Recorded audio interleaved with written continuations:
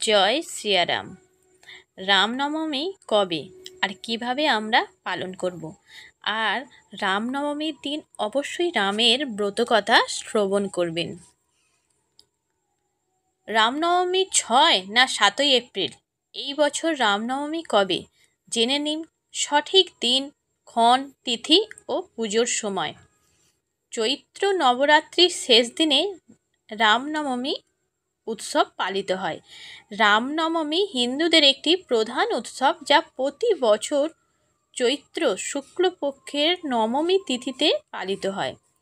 এই দিনে ভগবান রামের পূজা করা হয়। ধর্মীয় বিশ্বাস অনুসারে এই দিন ভগবান রামের জন্ম হয়েছিল, তাই এই দিনটি ভগবান রামের জন্মদিন হিসাবেই পালিত হয়। রামনবমী পুজোর জন্য মধ্যাহ্ন সবচেয়ে শুভ সময়। রামনবমী কখন পালিত হবে তা জেনে নিন। রামনবমী 2025 সালের 6ই এপ্রিল রবিবার। রামনবমী পূজার মুহূর্ত শুরু হবে 2025 সালের 6ই এপ্রিল সকাল 11:08 থেকে দুপুর 1:39 পর্যন্ত। নবমী তিথি শুরু হবে 2025 সালের 5ই এপ্রিল সন্ধ্যা 7:26। নবমী তিথি শেষ হবে 2025 সালের 6ই এপ্রিল সন্ধ্যা 7:22। রামনবমী কীভাবে এবং কেন পালিত হয়? রামনবমী উৎসব মর্যাদা পুরুষোত্তম ভগবান শ্রীরামের জন্মবার্ষিকী হিসাবে পালিত হয়। এই দিনে ভক্তরা যথাযথ রীতিনীতি মেনে ভগবান রামের পূজা করেন। এই শুভ উপলক্ষে অনেক জায়গায় শ্রীরাম কথা শোনার ঐতিহ্য রয়েছে। কিছু লোক রামনবমীর দিনেও উপবাস রাখেন। কথিত আছে যে এই দিনে উপবাস করলে ব্যক্তির পরিবারে সুখ সমৃদ্ধি আসে। ভগবান শ্রীরামের জন্মস্থান অযোধ্যায় এই উৎসবের এক ভিন্ন প্রাণবন্ততা দেখা যায়। রামনবমী উপলক্ষে দূর দূরান্ত থেকে ভক্তরা অযোধ্যায় আসেন এবং সরযূ নদীতে পবিত্র স্নান করার পর তারা ভগবান রামের মন্দিরে যান। রামের জীবনের 11টি অজানা তথ্য আপনাদেরকে শোনাব। বিষ্ণুর 10 অবতারের মধ্যে রাম সপ্তম অবতার। রামের আগেও বিষ্ণু মৎস্য, কুর্ম, নরসিংহ, বামন, পরশুরাম অবতারে মর্তে অবতরণ করেছিলেন। রামের পর বিষ্ণুর অষ্টম অবতার হলেন কৃষ্ণ। প্রচলিত বিশ্বাস অনুযায়ী মনুষ্য রূপে জন্মগ্রহণ করা বিষ্ণুর অবতার রাম সবচেয়ে পুরানো অযোধ্যার দেবতা। ত্রেতা যুগে জন্মগ্রহণ করেছিলেন রাম, যা আজ থেকে প্রায় 12,96,000 বছর আগে শেষ হয়েছে। সেই সময় থেকে জনগণ রামের আরাধনা করে আসছেন। ইক্ষ্বাকু বংশে জন্মগ্রহণ করেছিলেন রাম। সূর্যপুত্র ইক্ষ্বাকু এই বংশ স্থাপন করেন, তাই রামকে সূর্যবংশীয় বলা হয়ে থাকে। বিষ্ণুর সহস্র নামের মধ্যে বিষ্ণুর 394তম নাম হল রাম। রঘুবংশের গুরু মহর্ষি বশিষ্ঠ দশরথের জ্যৈষ্ঠ পুত্রের নামকরণ করেন রাম। অগ্নি বীজ ও অমৃত বীজের মাধ্যমে রাম নামের উৎপত্তি। এই শব্দ মস্তিষ্ক, শরীর ও আত্মাকে শক্তি প্রদান করেন।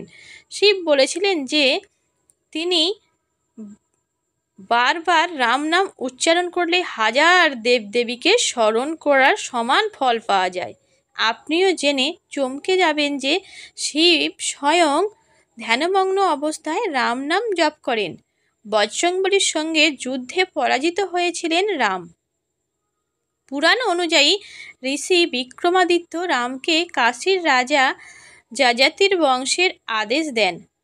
প্রাণ রক্ষার জন্য কাশীরাজের ডাকে রণক্ষেত্র নামেন বজরংবলী। রাম ও হনুমানের মধ্যে জোর যুদ্ধ বাধে। হনুমান রাম নাম জপ করতে থাকেন, যে কারণে রামের কোনো প্রহারই বজরংবলীর শরীরে আঁচড় কাটে না। অবশেষে রাম নিজের পরাজয় স্বীকার করেন। সীতাকে উদ্ধার করতে লঙ্কা যাওয়ার জন্য বানর সেনার সাহায্যে রাম সেতু নির্মাণ করেন রাম ও লক্ষ্মণ। রাম সেতুর প্রধান কারিগর ছিলেন নল ও নীল। এই সেতু নির্মাণ করতে 6 দিন লাগে। এর দৈর্ঘ্য ছিল 30 কিলোমিটার। দেবী মহামায়ার সামনে বলি দেওয়ার উদ্দেশ্যে রাম ও লক্ষ্মণকে অপহরণ করেন অহিরাবণ, কিন্তু অহিরাবণের হত্যা করে তাদের উদ্ধার করেন বজরংবলী। মন্থরার কুপরামর্শে কৈকেয়ী দশরথের কাছে বর চেয়ে রাবণকে 14 বছরের বনবাসে পাঠান।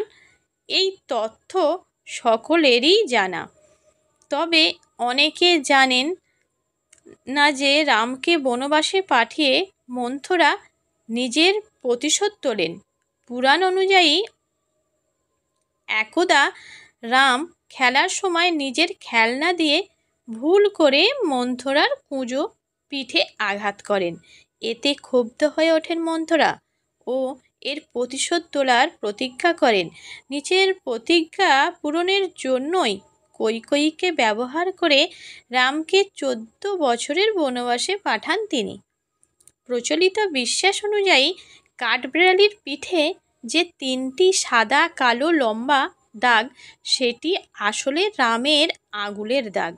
সেতু বন্ধনের সময় কাঠবিড়ালিও যথাসাধ্য সাহায্য করেন। তাদের এই চেষ্টা দেখে রাম মুগ্ধ হন ও কাঠবিড়ালিকে হাতে তুলে তার পিঠে আদর করেন। মনে করা হয় যে তখন থেকেই কাঠবিড়ালির পিঠে সাদা কালো দাগ পড়ে। 11,000 বছর ধরে অযোধ্যার রাজত্ব করেছিলেন রাম। এই স্বর্ণযুগই রাম রাজ্য নামে পরিচিত। মনে করা হয় সীতার পাতাল প্রবেশের পর রাম ধরিত্রীকে ত্যাগ করে সরযূ নদীতে জল সমাধি নেন। জয় শ্রীরাম, হরে কৃষ্ণ।